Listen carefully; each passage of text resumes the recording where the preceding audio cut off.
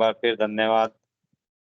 हम यहाँ पे एकत्रित हुए भगवान का गीत भगवत गीता यथारूप और उसे ही हम समझने का प्रयास कर रहे हैं। भगवान ने जो बताया हमारे लाइफ के मैनुअल जो दिया है उसे ही हम समझने का प्रयास कर रहे हैं। हम शुरू करेंगे प्रेयर से। हरे कृष्णा। ओम अज्ञानतिमिरान्धस्य ज्ञानाञ्जनशलाकया चक्षुरुन्मीलितं तस्मै श्रीगुरुवे नमः। श्रीचैतन्यमनोभीष्टं स्थापितं येन भूतले स्वयं रूपा कदा मह्य ददाति स्वपदान्तिकम्।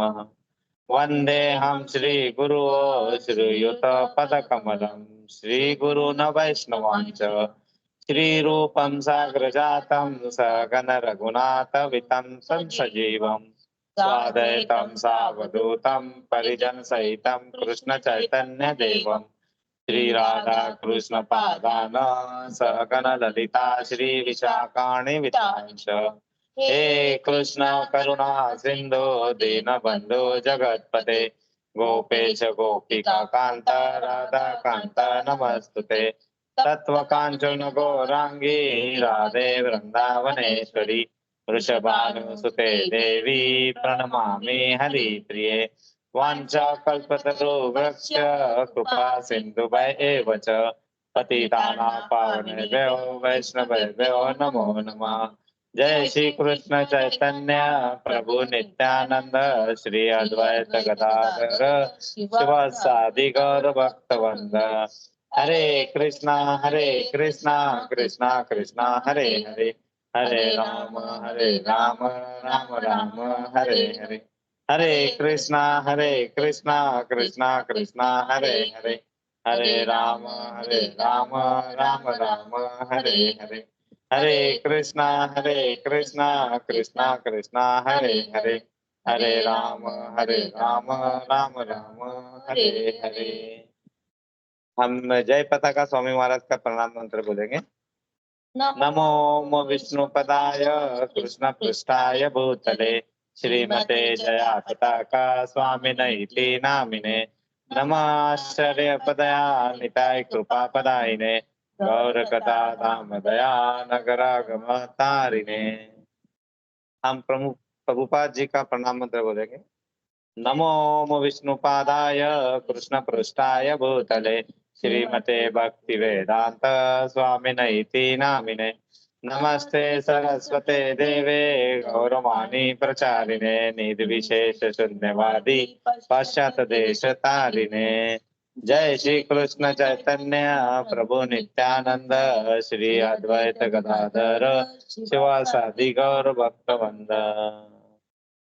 ओम नमो भगवते वासुदेवाय। ओम नमो भगवते वासुदेवाय। ओम नमो भगवते वासुदेवाय। ओम नमो भगवते वासुदेवाय। ओम नमो भगवते वासुदेवाय।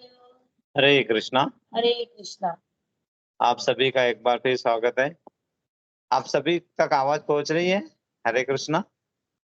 जी प्रभु। हरे कृष्णा। हाँ जी, पहुंच रहे। हरे कृष्णा। हरे कृष्णा।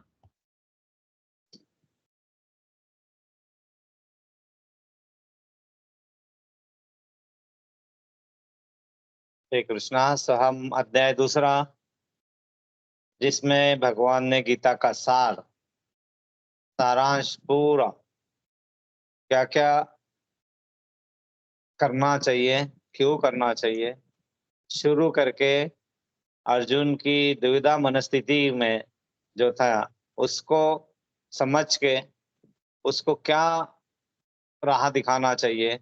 और अर्जुन तो एक निमित्त मात्र रखे थे, वो तो राह हमारे लिए दिखाए थे, क्योंकि जो गुरु परंपरा से जो भगवत गीता का ज्ञान या जो गीता का ज्ञान था वो कहीं न कहीं लुप्त हुआ था। इसीलिए गुरु परंपरा की नई शुरुआत के पहले श्रोता जो थे वो तो अर्जुन थे, जो कलयुग में भगवान ने अभी से 5200 साल पहले कुरुक्षेत्र में 700 श्लोकों में वो भगवत गीता बताई है। तो उसके पहले श्रोता गुरु परंपरा के अर्जुन थे, क्योंकि अर्जुन में वो क्वालिटीज थी। और जो भगवान का ज्ञान है, भगवान का गीत है, उसे समझने के लिए हमें उस स्तर पे अगर हम अपने आप को ला पाते हैं, वो अर्जुन वाली कैरेक्टरिस्टिक्स, अर्जुन वाले गुण हमारे में आ जाते हैं, और धीरे धीरे आते ही है, तो हम जो एक्चुअल ज्ञान देना की कोशिश कर रहे हैं भगवान, वो हम समझ पाते हैं। नहीं तो हम सिर्फ पढ़ लेते हैं और पढ़ के उसका जो उतने तक हमारे ध्यान में रहता है और बाकी हम भूल जाते हैं। तो वही चीज है कि उसको हम अपने जीवन शैली में कैसे लाते हैं। और सबसे सिंपल तरीका होता है कि अगर पानी कहीं रुका है तो उस पानी में क्या होता है, उसमें वो क्या बोलते हैं, चीला चीला लग जाता है, मतलब पानी खराब हो जाता है। पानी बहता रहना चाहिए, और पानी बहता रहने के लिए क्या होता है, ज्ञान जो हमें लेना है उसे कंटिन्यूअस उसका स्मरण, उसका श्रवण, उसका चिंतन होते रहना चाहिए। तो वो करने का आसान तरीका प्रभुपाद जी ने क्या बताया था कि महामंत्र जो है उसका जाप करना है हमें।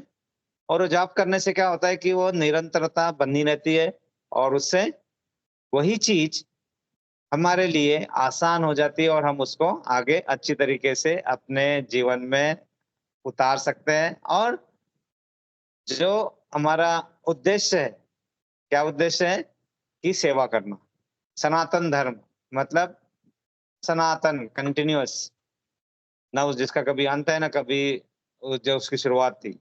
लेकिन हमारा धर्म क्या है, सेवा करना। तो हम तो सेवा करना है, या तो आप सेवा कर लो कृष्ण भगवान की सेवा कर लो, या फिर आपको माया देवी की सेवा करना ही पड़ेगा। सेवा तो करना ही है, चॉइस हमारा है कि हम कहाँ अपनी सेवा को किस में हम लगा सकते हैं, कहाँ किस डायरेक्शन में लगा सकते हैं, वो चॉइस हमारा है। लेकिन सेवा तो करना ही है, उसका हमारे पास अल्टरनेट ही नहीं बचा है, अल्टरनेट ही नहीं है। धर्म में ही हमारा सेवा है। लेकिन वही अगर सेवा प्रभु की सेवा बन जाए, वही अगर हम कृष्णा भावना भावित होकर हम कार्य करना चालू कर दे, वही हम चीज समझ जाए कि हमें कर्मकांडी नहीं बन सकते। हम कर्मकांडी मतलब उसका कर्म करके उसका जो फल है वो हमें मिलना चाहिए, यह अपेक्षा मन में रख के जब हम कर्म करते हैं, तो उससे जो हमें फल है वो नहीं मिलने वाला है, क्योंकि हम कलयुग में हैं।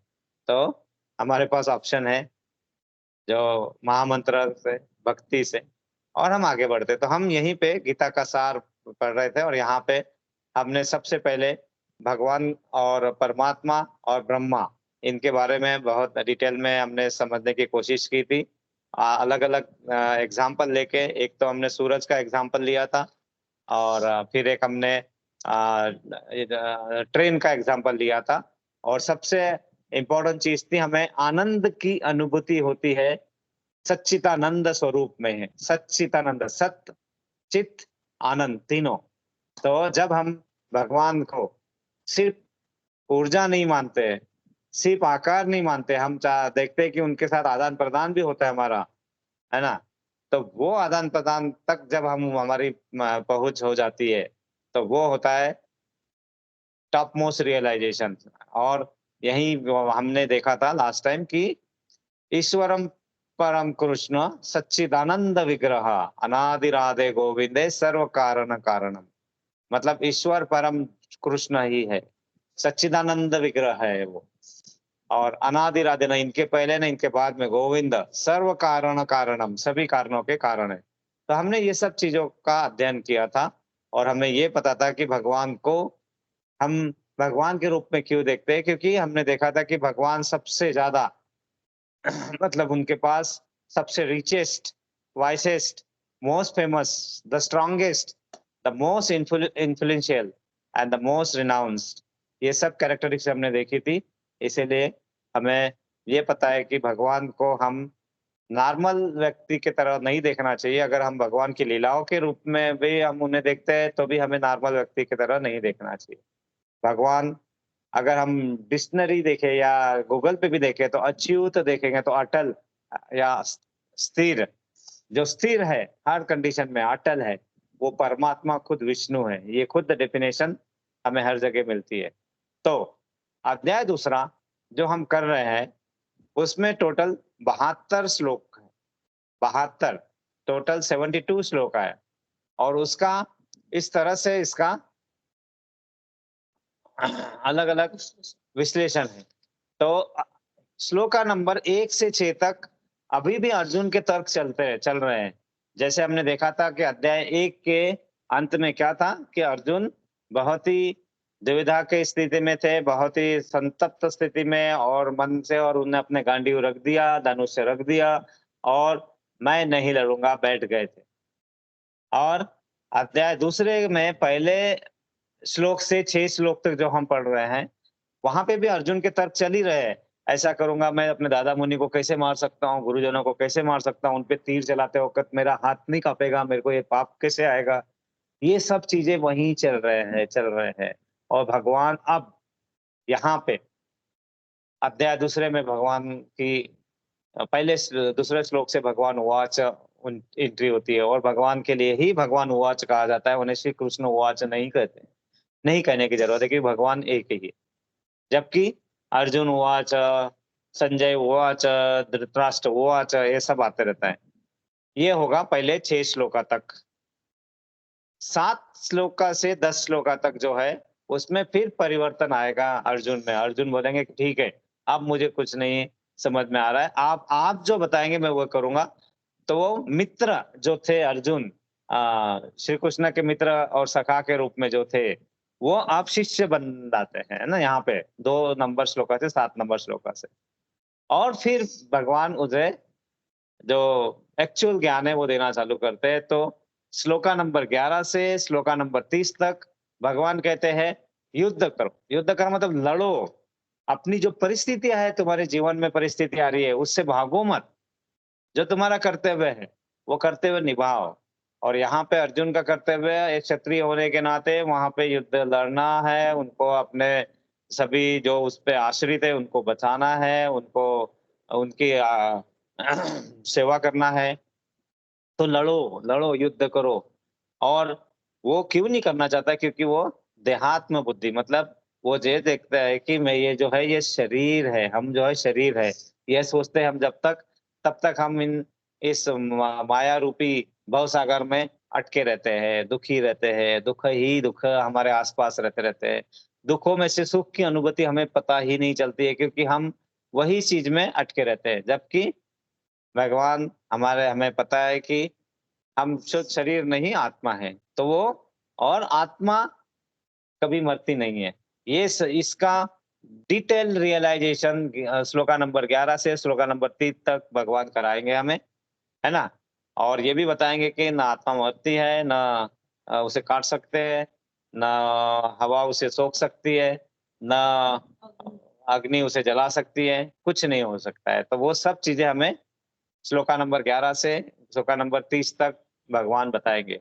और ये अध्याय दूसरा में हमें सब कुछ सारांश में भगवत गीता का क्या उद्देश्य है वो सब समझ में आ जाएगा। आगे और भगवान बताना कंटिन्यू रखते हैं। दो श्लोका नंबर 31 से 38 तक कहते उठो, चलो उठो और अपना कर्तव्य निभाओ, युद्ध करो, यह तुम्हारा कर्तव्य है और तुम अपनी इच्छाओं को पूरा करोगे, है ना।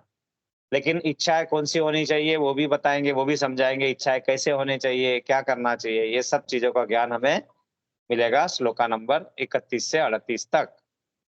फिर श्लोका नंबर 39 से 46 तक भगवान हमें बुद्धि या फिर निष्काम कर्म योग के बारे में बताएंगे। वो पार्ट 1 होगा उसका।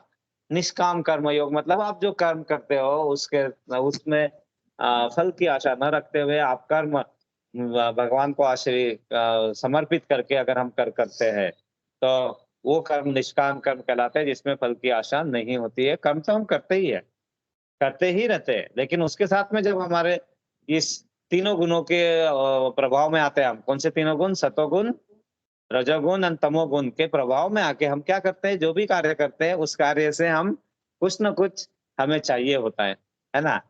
जबकि वो मिलेगा नहीं मिलेगा हमें पता नहीं होता है, लेकिन चाहिए होता है। तो वो सब सकाम कर्मों में आ जाते हैं। मैं सिर्फ अच्छे कर्मों की बातें कर रहा हूँ अभी, और फिर बाद में तो दुष्कर्म, फिर तमोगुण, वो सब तो बहुत नीचों के हैं इसमें। और जो भी हम यहाँ पे बैठे हुए हैं, वो कोई भी हम तमोगुण और उसमें हम बहुत ही कम इसमें जाना चाहते हैं, वो चले जाते हैं, गुस्सा होते हैं, चिढ़ते हैं और फिर झगड़ते हैं, कुछ और करते हैं, कुछ ऐसी चीजें करते हैं, वो तमोगुणों में आ जाता है, लेकिन हम करना नहीं चाहते हैं। ठीक है?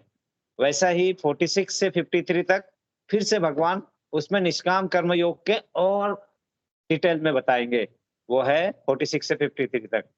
और सबसे इम्पोर्टेंट पार्ट इस चैप्टर का, इनफैक्ट भगवत गीता का, जो है श्लोका नंबर 54 से श्लोका नंबर 72 तक, परमार्थ ज्ञान में स्थिर कैसे हो सकते हैं, जिसे समाधि कहते हैं, जिसे हम स्थित प्रज्ञ का डेफिनेशन है, उसके बारे में हम समझेंगे कि सुख में बहुत ज्यादा खुशी होने की जरूरत नहीं है, दुख में बहुत ज्यादा दुखी होने की जरूरत नहीं है। हर परिस्थितियों में हमारी जो रिएक्शन है, जो हम करना कहते हैं, वो रिएक्शन हमारी हर परिस्थितियों में समान कैसे हो सकती है, हम हर परिस्थितियों को कैसे अपने तरह समझ सकते हैं और उसको कैसे हम फेस कर सकते हैं, है ना? तो वो सब चीजों के बारे में भगवान वहां पे बहुत ही अच्छे से बताएंगे। और इसीलिए यहाँ पे ये जो चैप्टर है बहुत इम्पोर्टेंट चैप्टर हो जाता है और इसका नाम ही है गीता का सार, भगवत गीता का सार। हमने इसमें पढ़े थे कुछ श्लोका नंबर 1, श्लोका नंबर 2 हम पढ़ चुके थे। और उसका थोड़ा सा रिकैप है यहाँ पे कि प्रारंभ में अर्जुन ने निश्चय किया था कि वह कुरुक्षेत्र में युद्ध नहीं लड़ेगा। उसने निर्णय ले चुका था और यह निर्णय उसने किस आधार पे लिया था? अपने शरीर पर आधारित था, क्योंकि वो अपने आप को शरीर मान रहा था। अपने परिवारजनों को, अपने गुरुजनों को, अपने भाई बहनों को, भाइयों को, सभी को, भतीजों को, सब पितामह, सभी को वो अपने शारीरिक संबंध के विस्तार के रूप में समझ रहा था और इसीलिए वो उसमें फंसा हुआ था। अतएव अपनी आवश्यकताओं को तुष्ट करना चाह रहा था। वो कौन सी आवश्यकता है? शरीर रूपी आवश्यकता है ना, उनको वो तुष्ट करना चाह रहा था, इसीलिए वो युद्ध नहीं लड़ेगा वाले दृष्टिकोण है। बाद में क्या है, भगवान ने भगवत गीता का प्रवचन इस दृष्टिकोण को बदलने के लिए किया है, क्योंकि हम सब इसी परिस्थितियों में है ना, इसी युद्धजन्य परिस्थितियों में हम है, हमारे आसपास यही सब चीजें है और वही चीज सब चीजें हमारे को आकर्षित करती है। जैसे ना, हमारा धर्म क्या है? सेवा करना। और यहाँ पे भगवान ने क्या किया है, जब यहाँ पे माया वर्ड भगवान का ही माया वो है, अपारा शक्ति द्वारा बनाया हुआ है और हमें खुला छोड़ दिया है कि आपको जो करना है, जैसे करना है आप कीजिए। लेकिन उसके कारण क्या होता है, हम माया देवी की सेवा में पूरे रत हो जाते हैं, पूरे रत हो जाते हैं। होगा यहाँ पे है तो, लेकिन पूरा ही रत होना ये तो गलत बात हो जाती है ना। इसमें तो हम मतलब हम अपने अपने बुद्धि का कुछ भी इस्तेमाल नहीं कर पा रहे। हम जो मनुष्य रूप में आए हैं उसका यूज नहीं हो पा रहा है ना, हम कर नहीं पा रहे। वही चीज है कि हमें उसमें से कि कितना उसमें रत होना है और ठीक है ना। भगवान ने ही बनाया हुआ है। क्वेश्चन पूछा था सवेरे आज मुझे मोना माता जी ने कि भगवान ने ही तो बनाया हुआ है, फिर अपने रत होके क्या प्रॉब्लम है? ठीक है, कोई प्रॉब्लम नहीं है, लेकिन प्रॉब्लम यह है कि हम उसमें रत होके अपने आप को इस जन्म मृत्यु जरावादी के चक्कर से बाहर आने का मार्ग ही नहीं बता रहे हैं।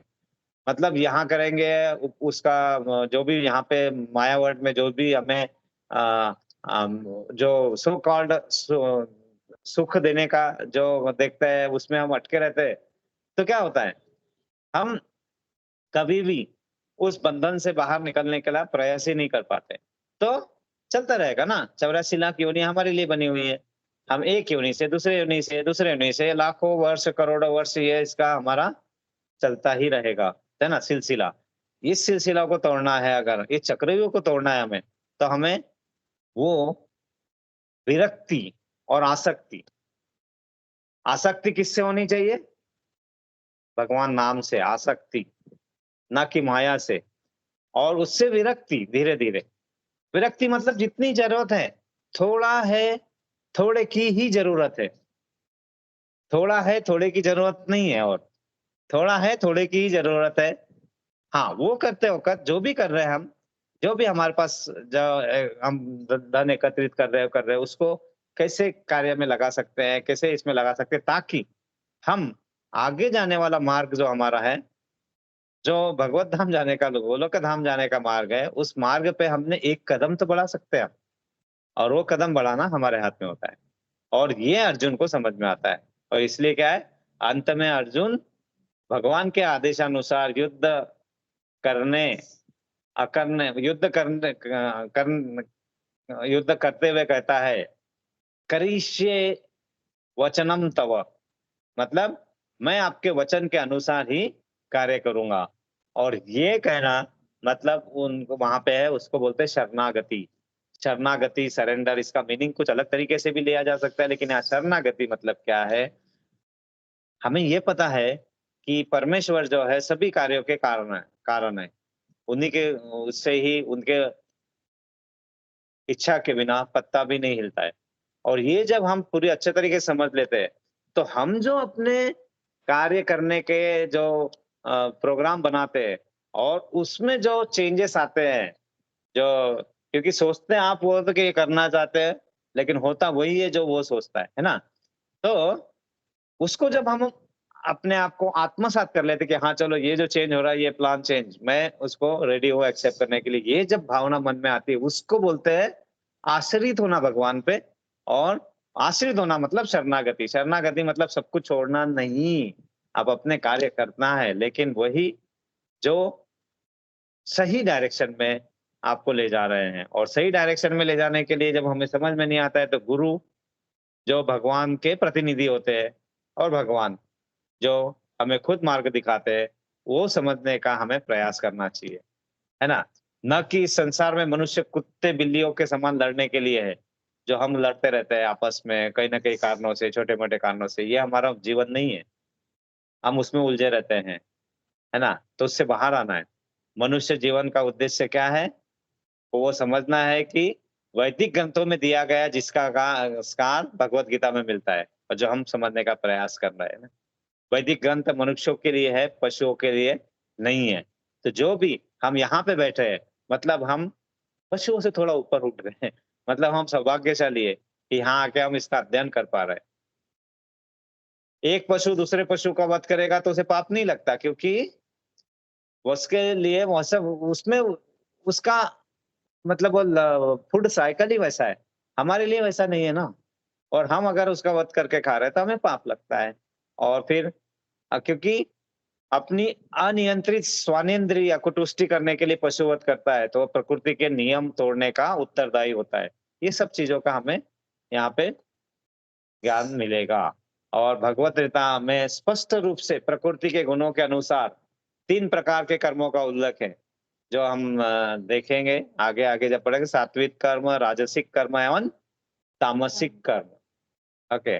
और इसी प्रकार 3 प्रकार के आहार भी है, सात्विक आहार, राजसिक आहार एंड तामसिक आहार। तो बहुत ज़रूरी होता है कि अगर हमें मन को लगाना है, अगर हम मन को नहीं लगा पाते तो वो जो भक्ति है, वो भक्ति बन ही नहीं पाती है। वो हमारी शुरुआत होती है, तो मन का लगना बहुत ज़रूरी है। मन को लगने के लिए हमें उस तरह का आहार भी देना होगा, नहीं तो वो भटकता रहेगा। और हमारे प्रयासों को हम उतने अच्छे तरीके से एक डायरेक्शन में नहीं लगा पाते हैं, है ना? चाहते हुए भी नहीं लगा पाते, तो वो आहार भी बहुत बहुत ही मायने रखता है। और भगवान ये कहते हैं कि अगर एक बार आप मेरे शरण में आते हो, मेरे यहाँ पे आते हो, मेरे धाम में आ जाते हो, तो आपको फिर बाकी सब सूर्य, चंद्र इस सब की चिंता करने की ज़रूरत नहीं है। यहाँ पे क्या लिखा है? न तद्भासते ये सूर्यो न शशांको न पावक, यद गत्वा न निर्वतन्ते तद धाम परमं मम। मतलब मेरे धाम में न तो सूर्य है, न चंद्रमा है, न अग्नि है। मेरे सर्वोच्च लोक को प्रकाशित करने के लिए ये प्रकाशित स्वयं यहाँ स्वयं प्रकाशित होता है यहाँ पे। और यहाँ आकर कोई भी पुनः इस भौतिक संसार में लौटकर नहीं आता। यत गत्वा न निर्वतन्ते तद धाम परमं मम। तो ये हमें प्रयत्न जो है, प्रयत्न तो करना चाहिए, है ना? तो ये हम समझने का प्रयास कर रहे हैं, है ना? यहाँ तक अगर किसी का कोई प्रश्न हो, कुछ हो, तो आप प्रश्न कर सकते हैं, रख सकते हैं। आ, तो ये जो हम कर रहे हैं, क्या कर रहे हैं हम? भगवत गीता मतलब भगवान का गीत को हमारे लाइफ में कैसे यूज करना जो बताया है 700 श्लोकों में, वही हम अध्ययन कर रहे हैं, समझने का प्रयास कर रहे हैं। तो हमने पढ़ा था श्लोका नंबर 2, चैप्टर दूसरे का श्लोका नंबर 2 पढ़ा था, गीता का सार। और ये था हमारा श्लोका नंबर 2, जिसमें श्री भगवान उवाच, उन्होंने भगवान ने कहा था, हे अर्जुन, तुम्हारे मन में ये कल्मश आया कैसे? यह उस मनुष्य के लिए तनिक भी अनुकूल नहीं है जो जीवन के मूल्य को जानता हो। इससे उच्च लोक की नहीं अपितु अपयश की प्राप्ति होती है। मतलब ये मन में आया ही कैसे तुम्हारे? मतलब मैं ये सब अपने कर्तव्य से छोड़ के बाहर चला जाऊं। यहाँ पे क्या बताया था कि परम सत्य का ज्ञाता, परम सत्य का अनुभव ज्ञान की 3 अवस्थाओं में करता है। जो हमने देखा था ब्रह्मा अवस्था, परमात्मा एंड भगवान रूप में। और यहाँ पे ऐसे अनेक पुरुष है जो भगवान के गुणों से युक्त है, किंतु कृष्ण परम है। मतलब ईश्वर तो है लेकिन परमेश्वर एक ही है ना? क्योंकि उनसे बढ़कर कोई नहीं है, वे परम पुरुष है। और ये चीज है यहाँ ब्रह्म संहिता में आई है। ब्रह्म संहिता, ब्रह्म संहिता के बारे में अगर पता नहीं है तो थोड़ा संक्षिप्त में बताते हैं। ब्रह्म संहिता जो है, ब्रह्मा जो सृष्टि के हमारे हिसाब से रचयिता इंजीनियर है, जो सृष्टि रची है यहाँ पे, मतलब ये जो यहाँ पे माया वर्ल्ड है ना, ये जिसमें हम रह रहे हैं, इस सृष्टि के रचयिता ब्रह्मा। हमारे लिए ब्रह्मा सर्वोच्च, मतलब वो, लेकिन किसमें? मटेरियल वर्ल्ड में, इस भौतिक जगत के सर्वोच्च जो है, भौतिक जगत के ब्रह्मा। और उन्होंने स्तुति की है कृष्ण की, और वो क्यों की है उसका एक बहुत ही एक घटना घटी थी, और उसके बाद ब्रह्मा को क्यों स्तुति करना पड़ा वो मैं बता देता हूँ, थोड़ा हमें पता होना चाहिए। तो क्या होता है कि भगवान अपने लीलाओं के लिए, लीलाओं को करने के लिए मानव रूप में यहाँ आते हैं, और वृंदावन में भगवान की लीलाएं चलती रहती है। वहां पे वृंदावन में भगवान अपने ग्वालों के साथ, अपने मित्रों के साथ गाय चराने जाते हैं। इनफैक्ट 7 वर्ष के होते होते ही भगवान यशोदा माता से कहते हैं कि माता, मुझे भी गैया चराने जाना है। वो बलदेव भैया जाते हैं, ये सब ग्वाले जाते हैं, और मुझे क्यों नहीं जाने दिया जाता है? तो माता बहुत समझाने का प्रयास करती है, लेकिन ये तो ठहरे हट्टी, ये कोई समझने का नहीं है, उन्हें जाना ही होता है। तो वो किसी तरह मना लेते हैं, उसके भी बहुत सारे उनके कारण देते हैं वो, है ना? वो कारण में यहाँ ने अभी हम नहीं करेंगे, हम पहले, क्योंकि पहले ये जो ब्रह्म संहिता का जो है ना, तो वो गैया चराने जाते हैं, और वो ग्वालों के साथ हर तरीके से उसका आनंद लेते हैं।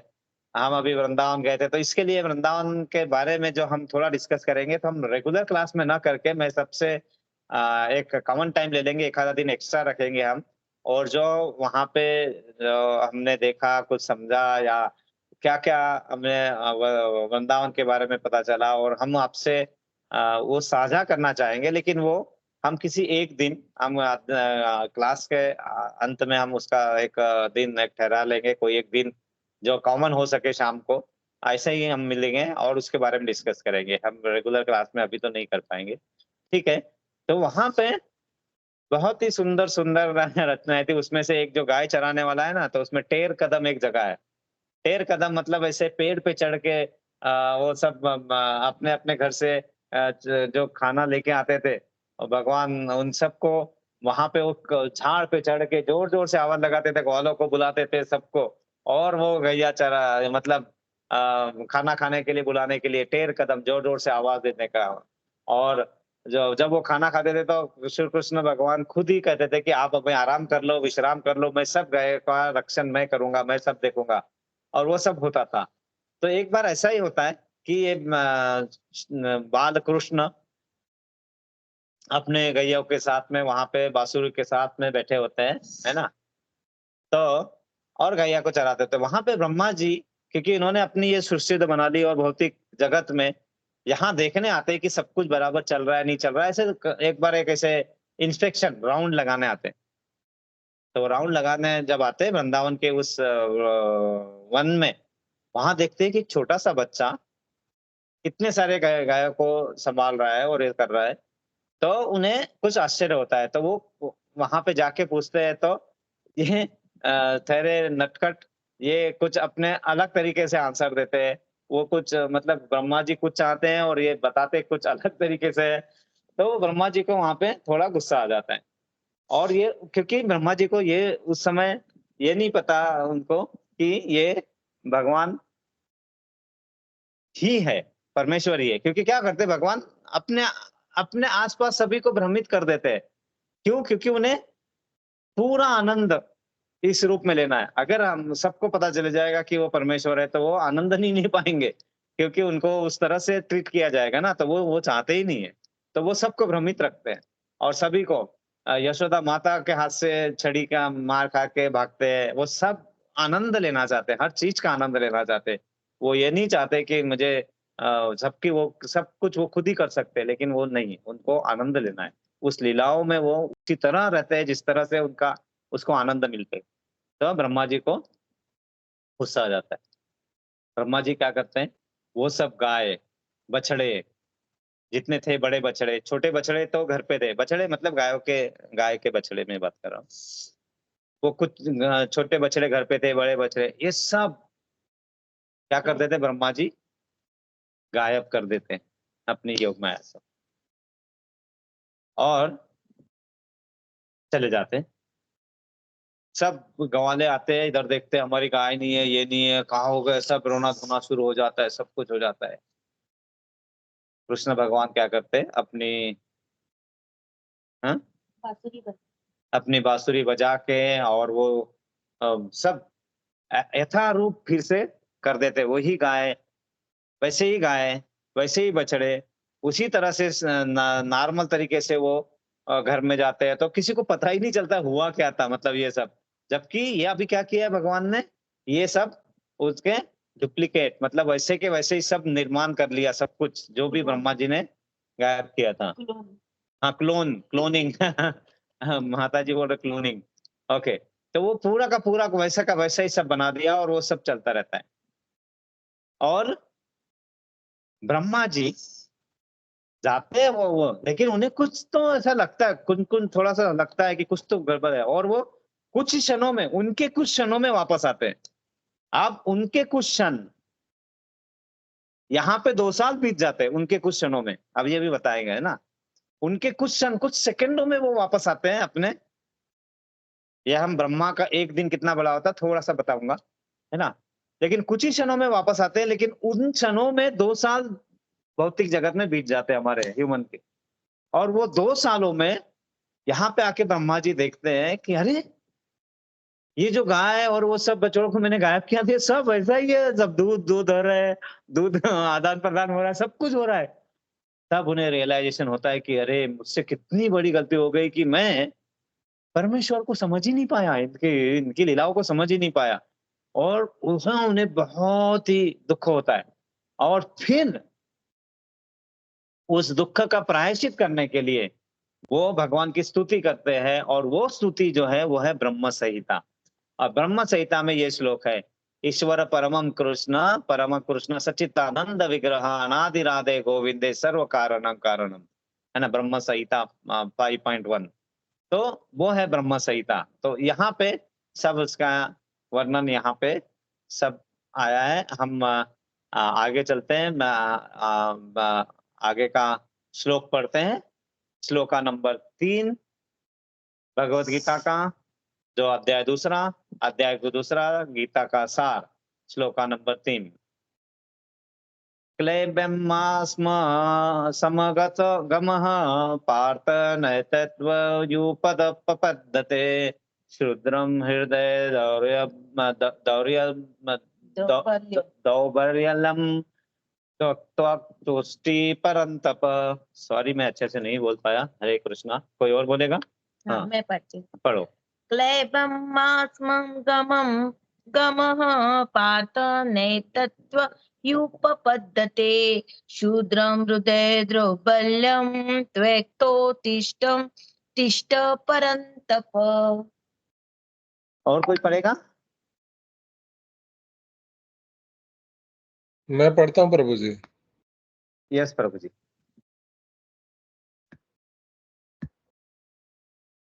क्लेब्यमास्मगमः पार्थ नैतत्त्व युपपद्यते क्षुद्रं हृदय दौर्बल्यं त्यक्तोत्तिष्ठ परन्तप। हरे कृष्णा। हरे कृष्ण।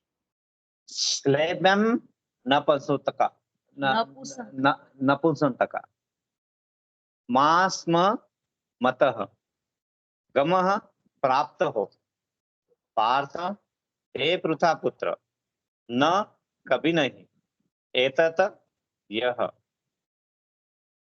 तव ही तुमको उपपद्धते शोभा देता है शूद्रम तुच्छ हृदय हृदय की दौर्बल्यम दुर्बलता त्यक्त्वा त्याग कर उत्तिष्ठ खड़ा हो परम तप हे शत्रुओं का दमन करने वाले। इसका अर्थ है हे पृथा पुत्र इस हीन नपुंसककारी आज जीभ कुछ अच्छे से नहीं चल रही है। नपुंसकता वाचा को प्राप्त मत हो। जोर से वाच। हे प्रतापुत्र, हम इस हीन नपुंसकता को प्राप्त मत हो, यह तुम्हें शोभा नहीं देती। हे शत्रुओं के दमन करता, हृदय की क्षुद्र दुर्बलता को त्याग कर युद्ध के लिए खड़े हो। तात्पर्य जय शिला प्रभुपाद। हम जय शिला प्रभुपाद इसलिए बोलते हैं क्योंकि तात्पर्य उन्होंने लिख के हमारे लिए बहुत आसान कर दिया। इसलिए जब हम तात्पर्य बोलते हैं तो जय शिला प्रभुपाद बोलते हैं। यस।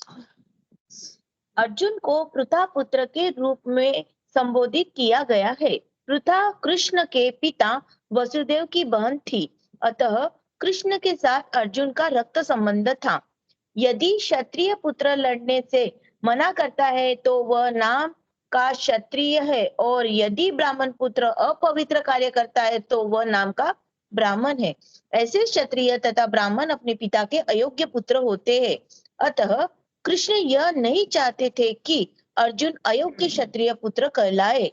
अर्जुन कृष्ण का घनिष्ठतम मित्र था और कृष्ण रूप से उसके रथ का संचालन कर रहे थे, किंतु इन सब गुणों के होते हुए भी यदि अर्जुन युद्ध भूमि को छोड़ता है तो वह अत्यंत निंदनीय कार्य करेगा।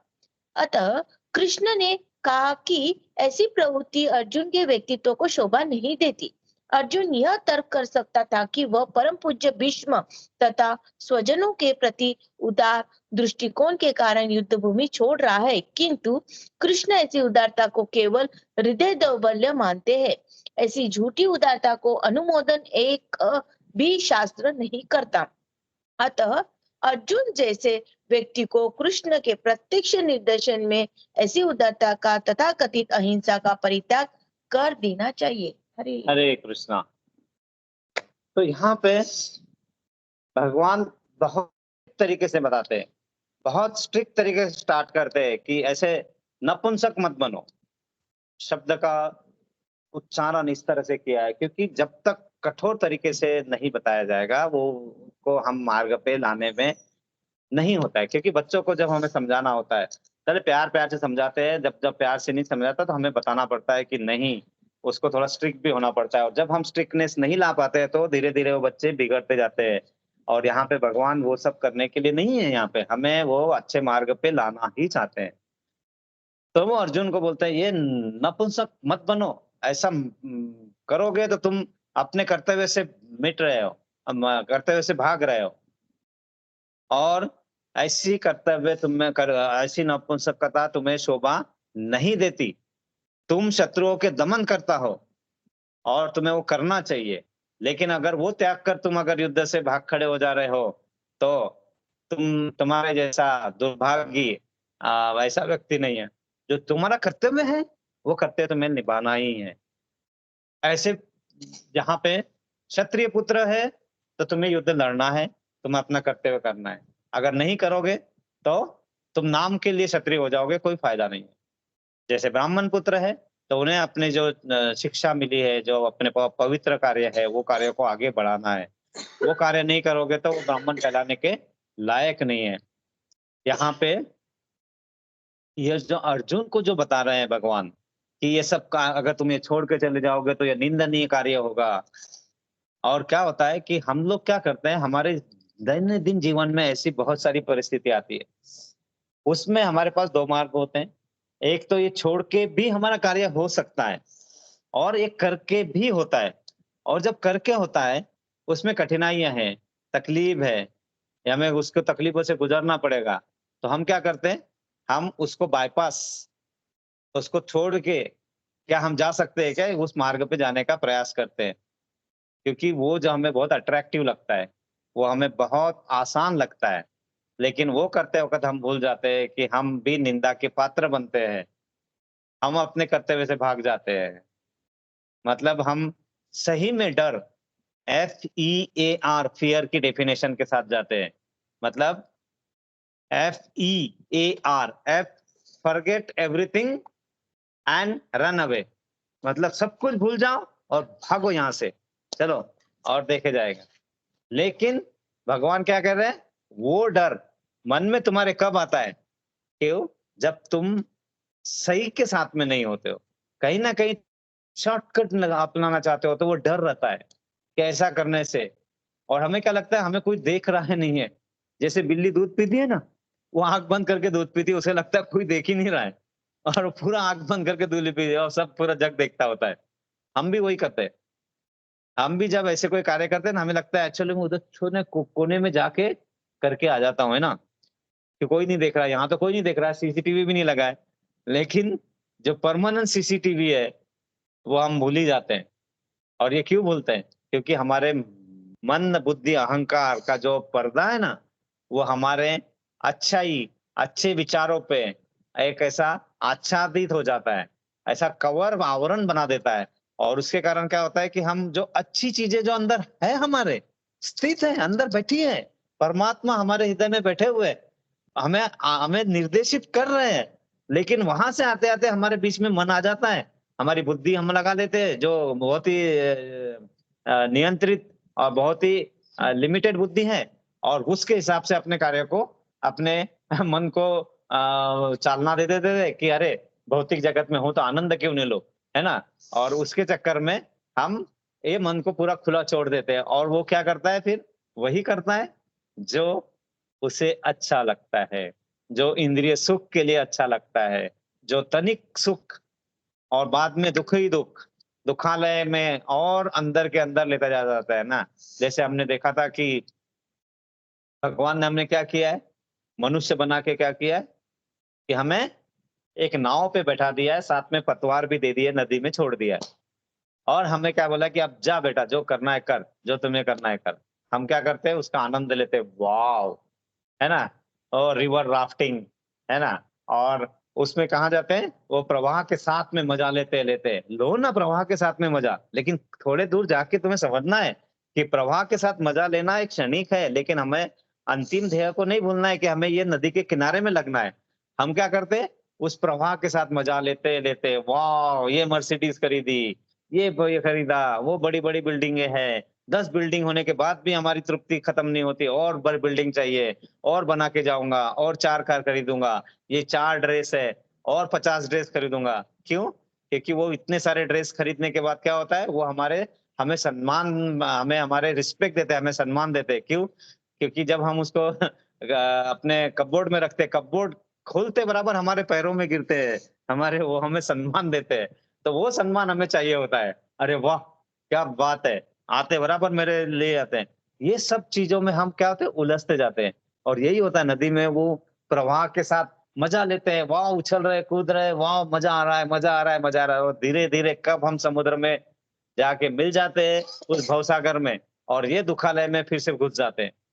यहीं से बचाने के लिए भगवान हमें प्रयत्न करते हैं। और यहाँ पे अर्जुन को जो बता रहे हैं ना, अर्जुन को नहीं बता रहे वो, यहाँ पे मराठी में एक कहावत है, लेकी बोले सुने लागे, मतलब लड़की को बोलते हैं और वो बहू को सुनाते हैं, है ना, क्योंकि डायरेक्ट बोलेंगे तो उसके परिणाम कुछ और हो सकते हैं, उनका आंसर भी गलत मिल सकता है। तो इसलिए क्या करते हैं कि अपने घर पे बेटी को बोलते रहते हैं और बहुओं को सुनाते रहते हैं, है ना, तो ऐसा। तो वही भगवान कर रहे हैं अभी यहाँ पे, है ना, अर्जुन को जो बता रहे हैं ना, वो अर्जुन नहीं, अर्जुन तो ऑलरेडी सब कुछ है, उसको भ्रमित किया गया है। क्यों? क्योंकि वो पहला श्रोता था जिसने गुरु परंपरा में जो ब्रेक आया था और जो ज्ञान था वो ज्ञान ब्रेक हो गया था, उसको फिर से कलयुग में पुनर्जीवित नए तरीके से, अच्छे तरीके से लाके, नए पैकिंग में लाके जो दिया था हमें, उसके पहले श्रोता थे।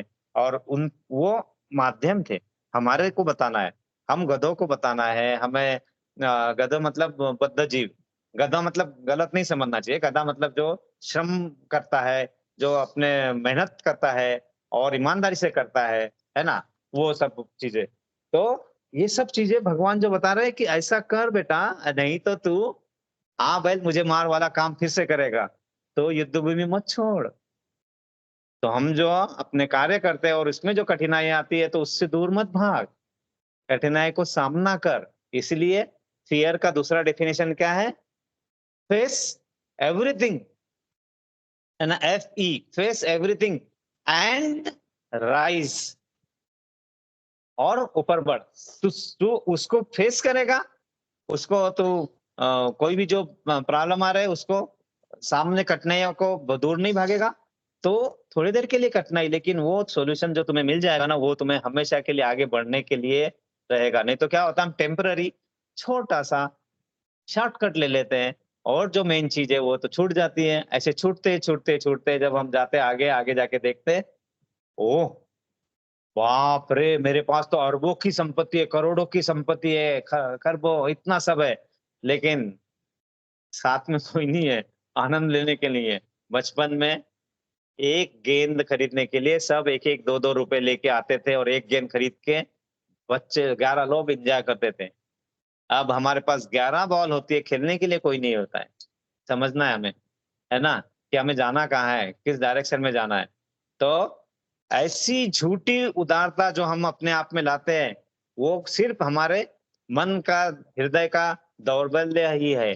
और ऐसी उदारता का अनुमोदन एक भी शास्त्र नहीं करता। हम अपने आप बना लेते हैं, अपने शास्त्र बना लेते हैं, और हमारे आसपास बहुत सारे ढोंगी बाबा और ये सब है, वो सब बता देते हैं, अरे कुछ नहीं है, ऐसा है वैसा है, आनंद लो, ये करो वो करो। और यही निर्देशन अगर हमें सही चाहिए तो हमें सही मार्ग पे, सही यूनिवर्सिटी पे, सही गुरु से ही लेना होगा। और इसीलिए हम कौन सा शास्त्र पढ़ रहे हैं, कौन सा? Bhagavad Gita, as it is, यथारूप। बहुत सारे गीता के हमें मिलेंगे, इधर से इन्होंने गीता लिखी, उन्होंने अपने अपने तरीके से चेंज किया है, लेकिन ये यथारूप यही पढ़ना चाहिए। तो ये इस श्लोक में बहुत इंपॉर्टेंट है कि हमें अपनी दुर्बलता को क्या करना चाहिए, बाहर निकालना चाहिए, एक्सपोज करना चाहिए, उसको दबाना नहीं है। दबा दबा के वो हमारे लिए एक दिन कैंसर का रूप धारण कर लेती है और ज्वालामुखी तरफ फटती है। अरे होने दो ना, थोड़ा सा सामने आ रहा है तो कठिनाइयों का करो ना, कठिनाइयों को सहन करो ना, क्योंकि हमें ऑलरेडी पता है ना, जैसे पिछले बार बार बार मैं बताता हूँ कि है ना, बातें सुन ले, कान लगा के बातें सुन ले सूखे हुए दरख्तों की। दरख्त मतलब हमें पता है जो जमीन में ऐसे पानी ना आने के कारण ऐसे दरारें पड़ जाती है, वैसे ही हमारे पैरों में भी, हाथों में भी कभी कभी ठंडियों के कारण ऐसे छोटी छोटी दरारें आ जाती है और वो बहुत दर्द होती है। वो आपस में क्या बात करते हैं, तो वो है कान लगा के बातें सुन ले सूखे हुए दरख्तों की, लेता है भगवान परीक्षा उनके प्यारे भक्तों की। और अगर आप कठिनाई के दौर से जा रहे हैं तो ये समझ लेना चाहिए कि हमारे लिए भगवान कुछ कार्य ऐसे कर रहे हैं ताकि आप थोड़े दिन कठिनाइयों में, फिर आप उससे बाहर आ जाओगे। और एक चीज हम कल भागवतम पढ़ रहे थे तो बहुत ही सुंदर चीज हमें पता चली कि हम क्या बोलते हैं कि अपने कर्मों का फल हम भुगत रहे, लेकिन वही नहीं है। एक और चीज वहां पे थी कि भगवान ऐसा ही नहीं है कि आप अपने कर्मों का ही फल भुगत रहे हो।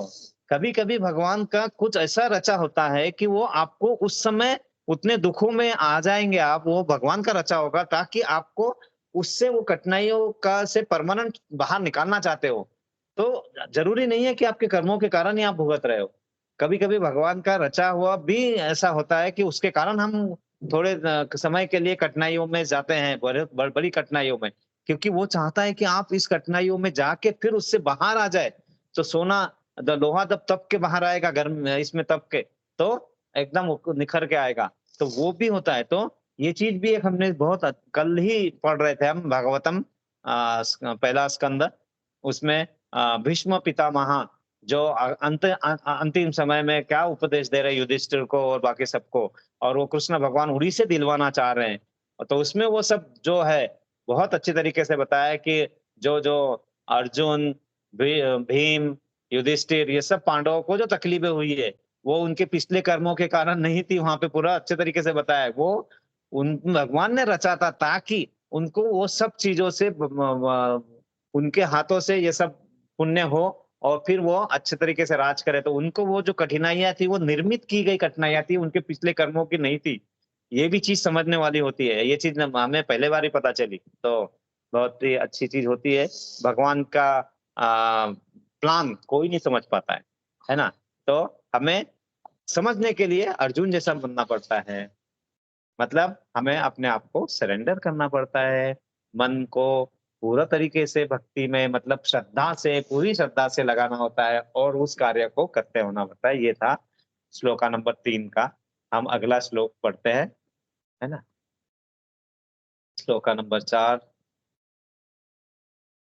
श्लोका नंबर 4।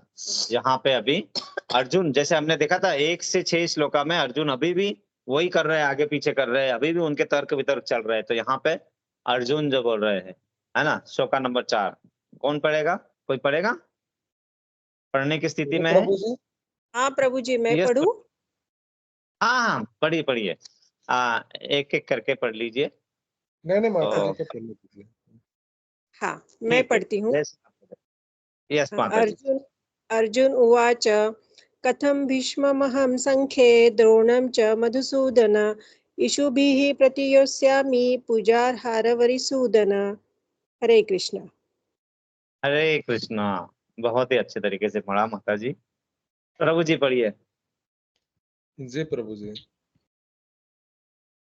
अर्जुन उवाच कथं भीष्ममहं संख्ये द्रोणं च मधुसूदन ईशुभिः प्रतियोत्सामि पूजार्हावरिसूदन। हरि बोल। हरे कृष्णा, बहुत ही अच्छा। और एक बार कोई पढ़ेगा? मोना, हाँ। पढ़ो। अर्जुन उवाच कथं भीष्ममहं संख्ये द्रोण च मधुसूदन इषुभिः प्रतियोत्स्यामि पूजार्हावरिसूदन। हरे कृष्णा। तो माता जी आप इसका यस पढ़ेंगे आगे का? हाँ हाँ, अर्जुन ने कहा के बाद का ना? हाँ, अर्जुन हाँ उवाच। नहीं, ये पहले शब्दार्थ था, फिर बाद में हाँ उसका मीनिंग। हाँ हाँ।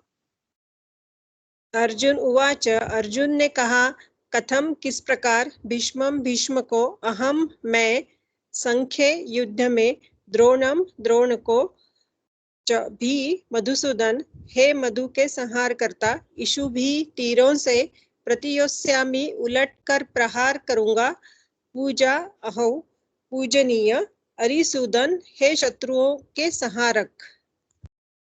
आगे भी पढ़ना है प्रभु जी? अर्जुन ने आगे कहा, आगे।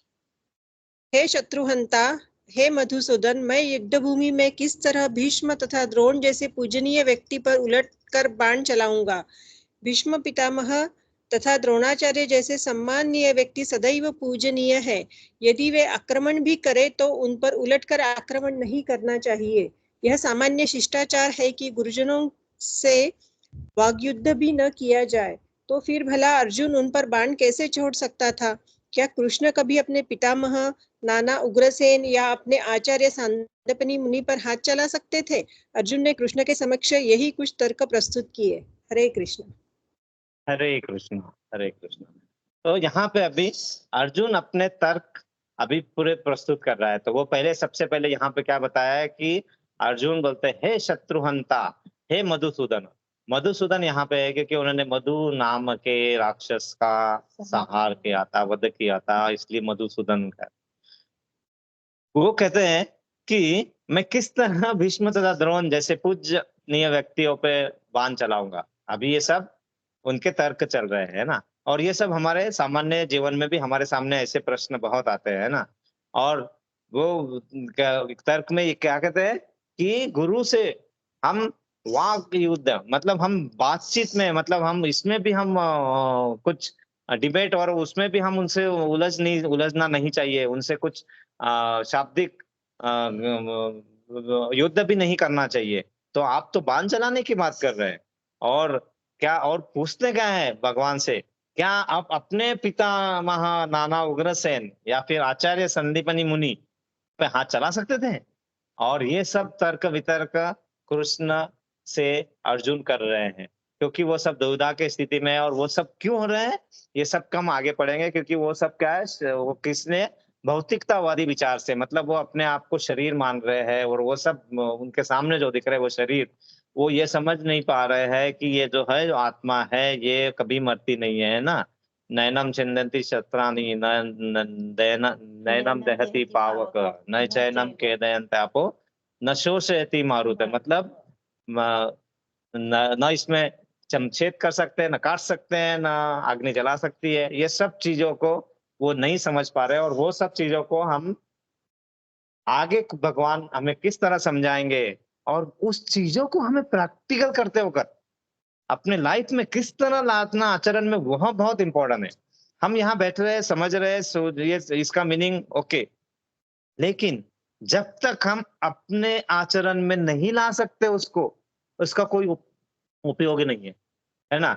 और वो लाने के लिए हमें बहुत ही अच्छे तरीके से, श्रद्धा भाव से उसको समझना होता है पहले, पूरे अच्छे तरीके से। और जिस तरह से उसको हमें अपने आप में भक्ति जनरेट करना है, वो कैसे करेंगे, उसका बहुत तरीके हैं, है ना। और आप भक्त बन सकते हो अलग अलग तरीके से। भक्त किस किस तरीके से बन सकते हो? आप सखा के रूप में भक्त हो सकते हो, जैसे अर्जुन है। आप निष्क्रिय रूप में, मतलब शांत रस में भी रह सकते हो, मतलब आप कर रहे हो भक्ति लेकिन वो दिख नहीं दे। सक्रिय रूप में, मतलब दास्य रूप में भी हो सकते हो। माता पिता वात्सल्य रूप में, माधुर्य रूप में, मतलब प्रेम भाव, आप किसी तरह से भक्ति कर सकते हो। अध्यात्मवादी के 3 प्रकार है, ज्ञानी, योगी और भक्त। और कलयुग में भक्ति ही हमारे लिए मार्ग बचा हुआ है, क्योंकि हम वो ज्ञानी बन नहीं सकते हैं, क्योंकि उतना ज्ञान लेने के कम कैपेबिलिटी खो चुके हैं। योगी, ध्यान योगी उतना ध्यान लगा नहीं पाते। हमारे यहाँ 1 घंटा 10 मिनट 5 मिनट ध्यान नहीं लगता, तो उतने सालों साल ध्यान लगाना हमारे बस की बात नहीं है। तो ये सब चीजें जो है, हमें भक्ति का मार्ग जो मिला है उसी पे जाना होता है। तो उसके आगे बढ़ने के पहले हमने जब देखा था ब्रह्मा कि कुछ क्षणों में, कुछ सेकंड में वापस आए थे, और यहाँ पे क्या हो गया था, 2 साल का यहाँ पे अवधि निकल गया था। तो वहां ब्रह्मा का एक दिन जो होता है, थोड़ा संक्षिप्त में बताता हूँ, उसके बाद में हम रुकेंगे आज यहाँ पे। ब्रह्मा का एक दिन जो होता है वो होता है 1000 मल्टीप्लाइड बाय 1 चतुर्युग। 1 चतुर्युग मतलब 4 युगों को जोड़ के। 4 युग कौन कौन से? सतयुग, त्रेता युग, द्वापर युग, कलयुग। एक कलयुग की आयु होती है 4,32,000 वर्ष। उसको 2 से गुना कर दो, डबल जो होगी वो होगी द्वापर युग की 8,64,000 वर्ष। उसको 4,32,000 को 3 से गुना करोगे तो वो होती है त्रेता युग की आयु। और 4,32,000 को अगर 4 से गुना करोगे तो वो होती है सतयुग की आयु। मतलब टोटल 4,32,000 को 10 से गुना करोगे तो वो एक चतुर्युग होगा। उस चतुर्युग को 1000 से जब गुना करते हैं तो वो ब्रह्मा का एक दिन 12 घंटे का, 24 घंटे का नहीं, एक दिन और रात नहीं, एक दिन। और ऐसे इसमें 14 मनु पैदा होते हैं एक दिन में ब्रह्मा के। इतना बड़ा ब्रह्मा का दिन होता है ना। मानवीय हमारे ईयर के गणना के अनुसार एक मनवंतर मतलब इसमें एक मनु आते हैं, उसमें 30 करोड़ 66,20,000 वर्ष होते हैं। और ऐसे 14 से गुना करने पर एक ब्रह्मा का दिन आता है। आप समझिए इतना बड़ा ब्रह्मा का दिन होता है। तो वो सब चीजें का कैलकुलेशन, ये सब जो है, ये हमारे भागवतम में बहुत डिटेल में हर चीज का जो हम चाहते हैं ना कि हम हर चीज का डिटेल विश्लेषण भागवतम में सब मिलता है। क्योंकि भागवतम जो है ना भगवान की लीला है, भगवान की लीलाएं जो भी है हर तरह से उसका सब, उसका भक्ति रसपूर्ण जो उसका उल्लेख है वो भागवतम में आता है। और पहले हम जो भगवत गीता समझने का प्रयास कर रहे हैं वो वही कर रहे हैं कि जो हमारे लिए नियम है उनको पहले समझ लो, फिर उसको कैसे अप्लाई करने का वो तरीका बताएंगे। वो तरीका पे चलना चालू करो। और तरीका एक दिन में नहीं आता है, धीरे धीरे हमें अपने आप को उसके लिए तैयार करना पड़ता है। और यहाँ पे क्या है, कलयुग में एक ही है, जैसे मराठी में भी बताया है कि घे घे घे हरि नाम गे माया सारी छोड़ न दे। मतलब भगवान का नाम लो और माया को छोड़ दो। लेकिन माया हमें नहीं छोड़ती, हम भी माया को नहीं छोड़ना चाहते। नो प्रॉब्लम, धीरे धीरे उससे विरक्ति और भगवान के प्रति आसक्ति बढ़नी चाहिए। तो हम और आगे बढ़ेंगे। और आज हमारे ग्रुप में वंदना माता जी का आज जन्मदिन है। उनके लिए प्रेयर करेंगे। हम सभी ऐसे ही साथ में मिलके आगे भगवान के बारे में और समझने का प्रयास करें। उसको हमें अपने आप को अपने आचरण में लाने का प्रयास करें, अपने आप को भक्त कहलाने लायक बनाने का प्रयास करें, ताकि हमारा जीवन का जो उद्देश्य है उसको हम एटलीस्ट उस डायरेक्शन में चल पाए। और ऐसे करोड़ों उसमें से कोई एक महात्मा, दुर्लभ महात्मा ऐसे होते हैं जो गोलक धाम तक पहुंच सकते हैं। तो हम प्रयत्न तो करना चाहिए हमें, और सभी भक्तों के प्रगति हो। हमारे मेरी सासू माँ की भी तबीयत अभी ठीक नहीं चल रही है, थोड़ा सा उधर से आने के बाद उनके भी जल्दी से जल्दी उसमें ठीक हो। और सभी को जो भी कष्ट हो रहे हैं उन कष्टों को सहने की शक्ति मिले। किसी की कोई और प्रेयर है? मेरे मौसी 1 वीक से एडमिट है, 10 डेज हो गए प्रिसाइजली, तो उनके लिए भी प्रार्थना करनी है। यस यस प्रभु जी। तो प्रभु जी के मौसी, मौसी ना? जी प्रभु जी, मेरे मौसी। मौसी। तो चिराग प्रभु जी के मौसी के लिए भी हम प्रेयर करेंगे कि उनकी स्वास्थ्य में जल्दी से जल्दी सुधारना हो और वो बाहर आके भगवान की सेवा में लग सके जल्दी से जल्दी। ऐसे ही हम सब यहाँ पे आए, जुड़ते रहे, हमारा आसक्ति हमारी भगवान में बढ़ती रहे, विरक्ति माया से जितनी चाहिए उतनी उससे आगे होगी। क्योंकि जब तक विरक्ति नहीं होगी आसक्ति भगवान से नहीं हो सकती है ना। और जब तक नहीं होगी इस मार्ग पे चलने का जो हमारा आनंद है, जो उसका उद्देश्य है, वो हम अच्छी तरीके से नहीं ले सकते, अपने मार्ग में नहीं ला सकते। तो उसको आए, इसीलिए हम 3 बार प्रेयर करेंगे सब मिलके। हरे कृष्णा कृष्णा कृष्णा हरे हरे, हरे राम राम राम हरे हरे, हरे कृष्णा कृष्णा कृष्णा हरे हरे, हरे राम राम राम हरे हरे, हरे कृष्णा कृष्णा कृष्णा हरे हरे, हरे राम राम राम हरे हरे। हमारे लिए प्रभुपाद जी ने इतने सिंपल तरीके से जो प्रपोर्ट या यहाँ पे जो एक्सप्लेनेशन दिया है, और Bhagavad Gita as it is यथारूप गुरु परंपरा से आई हुई हमारे लिए आई। इसलिए उनके लिए भी हम प्रेयर करेंगे 3 बार, प्रभुपाद जी के लिए, गुरुदेव के लिए।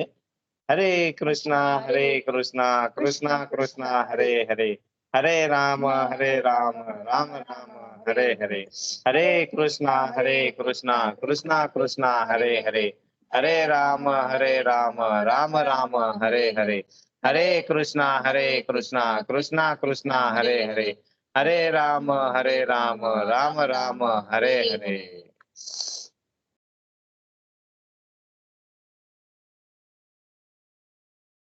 भगवत गीता ग्रंथ राज की जय। वांछा कल्पतरु वृक्ष कृपा सिंधु एव च पतितानां पावनेभ्यो वैष्णवेभ्यो नमो नमः।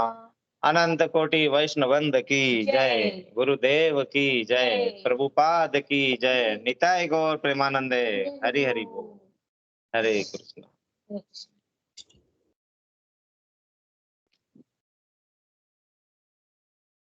तो आप सभी